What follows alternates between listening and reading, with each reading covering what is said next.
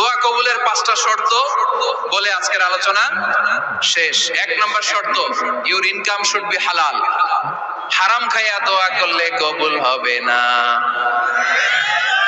ঠিক কিনা? কোটি কোটি টাকা কামাইছে, মসজিদ বানাই দিছে, 1000 কোটি টাকা দিয়ে এতিমখানা, কোনো লাভ হইছে? কোনো লাভ হয় নাই। ইন্নাল্লাহা তাইয়্যিব লা ইয়াকবালু ইল্লা তাইয়্যিবা। আল্লাহ পবিত্র, আল্লাহ যেটা গ্রহণ করে ওইটাও হওয়া লাগবে। লা ইয়াকবালু ইল্লা তাইয়্যিবা, হারাম থেকে আল্লাহ কবুল করে না। এক সাহাবী, এক লোক আল্লাহর হাবিবের জামানায় কাবা ঘরের চারদিকে কাঁদতে কাঁদতে, আওয়াজ করবেন না, কাঁদতে কাঁদতে, ঘামতে ঘামতে, দোয়া করতে করতে শেষ। ইয়া রব, ইয়া রব, মাফ করো, মাফ করো। সাহাবীরা দেখে বলে, এর চেয়ে বেশি আমল তো কাউরে করতে দেখলাম না, আজকে তার সব দোয়া কবুল। বিষ্ণু বললেন, তোমরা তাই মনে করো?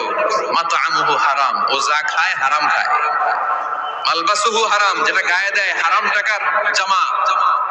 মাশরাবুহু হারাম, ও যে শরাব খায় এটা হারাম। আন্না ইউস্তাজাবু লাহু, আল্লাহর কি ঠেকা পড়ছে তার দোয়া কবুল করার? ঠিক কি না? হালাল থেকে সামান্য দান করলে আল্লাহ কবুল করে। হালাল যারা খায় তারা মুস্তাজাবুদ দাওয়া। এই যে বাজারের কুলিওয়ালা, ঠেলাওয়ালা, দিনমজুর, আমার রিকশাওয়ালা ভাইয়েরা, মুস্তাজাবুদ দাওয়া। রিকশাওয়ালার কাছে দোয়া চান, ও মুস্তাজাবুদ দাওয়া। ওরে ধমক দিয়েন না, ও দোয়া করলে আপনার জীবন উজালা করে দিবে কে? আপনার বাড়ির দারোয়ান হতে পারে মুস্তাজাবুদ দাওয়া, কারণ বেতন পায় 5000, ওর হারাম ঢুকবে কেমনে? যেটা খায় ওইটাই হালাল। এজন্য আপনার ইনকাম হালাল হতে হবে দোয়া কবুলের জন্য। শর্ত নাম্বার 1। শর্ত নাম্বার 2, দোয়া করার সময় দোয়া করতে হবে একজনের কাছে। তিনি কে? আল্লাহর কাছেও কিছুক্ষণ মসজিদে চাইলেন, আবার মাজারে যেও বাবার কাছে চাইলেন, দোয়া একেবারে কবুল। কবুল হবে? খবরদার, চাইতে হবে একজনের কাছে। তিনি কে? 3 নম্বর শর্ত, দোয়া করার সময় ইয়াকিন থাকতে হবে। ইয়াকিন, উদউল্লাহ ওয়া আনতুম মুকিনুনা বিল ইজাবা। এমন ভাবে দোয়া করেন যে আপনি নিশ্চিত, আমি যা বলছি আমার আল্লাহ শুনছেন, আমি যা বলছি এই দোয়া আল্লাহ কবুল করবেন, অবশ্যই করবেন। আল্লাহর উপর আস্থা একটু কম না? কম না বেশি? যার আস্থা বেশি তার দোয়া কবুল হওয়ার সম্ভাবনাও বেশি। আপনি যদি সন্দেহে, হায় রে দোয়াটা যে করতেছি না জানি কবুল না হয়, ওই দোয়া জীবনেও কবুল হবে। উদউল্লাহ ওয়া আনতুম মুকিনুনা বিল ইজাবা, এমন ভাবে আল্লাহর কাছে চাও যে তুমি নিশ্চিত কবুল হয়ে যাবে। 4 নাম্বার শর্ত, আল্লাহর হাবিবের উপর দুরূদ পড়া। পড়েন সাল্লাল্লাহু আলাইহি ওয়াসাল্লাম। আল্লাহর হাবিবের উপর দুরূদ পড়তে হবে দোয়া শুরুতে, মাঝে কিংবা শেষে। যদি আল্লাহর হাবিবের উপর দুরূদ না পড়েন, ওই দোয়া কবুল হবে। কুল্লু দুআইন মাহজুব মাওকুফ বাইনা সামাই ওয়াল আরদ হাত্তা ইউসাল্লা আলাইয়া। আল্লাহর হাবিব বলেন, জীবনে যত দোয়া করছো আমার উপর দুরূদ না পড়লে আকাশ জমিনের মাঝখানে এটা পেন্ডিং হয়ে থাকে। কি হয়ে থাকে? সবাই বলেন। পেন্ডিং শব্দটা কি আপনাদের কাছে অপরিচিত নাকি? মেসেজ করছেন বন্ধুরে, মোবাইলে টাকা নাই, মেসেজটা কি হয়ে থাকে? পেন্ডিং। তো দোয়া করছেন, দুরূদ পড়েন নাই, পেন্ডিং। আজকে রাত্রে যে ইচ্ছা মতো আল্লাহর হাবিবের উপর দুরূদ পাঠায় দিবেন, যত দোয়া পেন্ডিং হয়ে আছে সব আরশে উঠায় দিবে কে? দোয়া কবুলের সর্বশেষ শর্ত হচ্ছে মুওয়াফাকাতুদ দোয়া বিদাওয়া। দোয়ার সাথে দাওয়া লাগবে।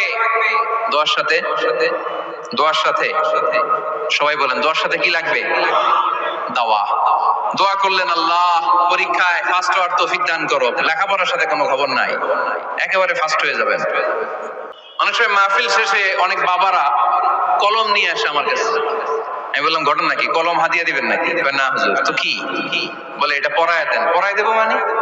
আমার ছেলের পরীক্ষা, আপনার এই ফু দেওয়া কলম দিয়ে পরীক্ষা দিলে গোল্ডেন এ প্লাস। আমি কি পড়াশোনা না করলে ডবল জিরো? ঠিক কিনা? আগে পড়াশোনা করতে হবে, তারপর দোয়া চাইলে ওই দোয়ায় কাজ হবে। ঠিক কিনা?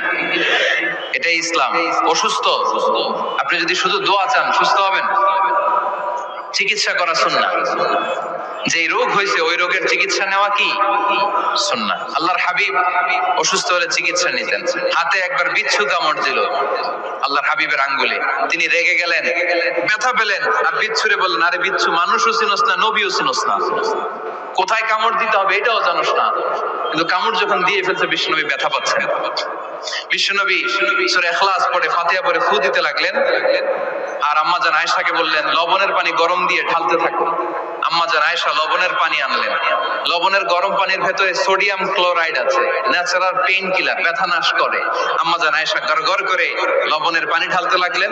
আল্লাহর হাবিব কোরআন পড়ে ফু দিতে লাগলেন। পানি ঢালা শেষ, গড়গড় করে লবণের পানি ঢালা শেষ, বিশ্বনবীর দোয়া পড়া শেষ, এর মধ্যে আঙ্গুলের ব্যথাও শেষ। কারণ দুইটার সমন্বয় হয়েছে, দোয়াও আছে দাওয়াও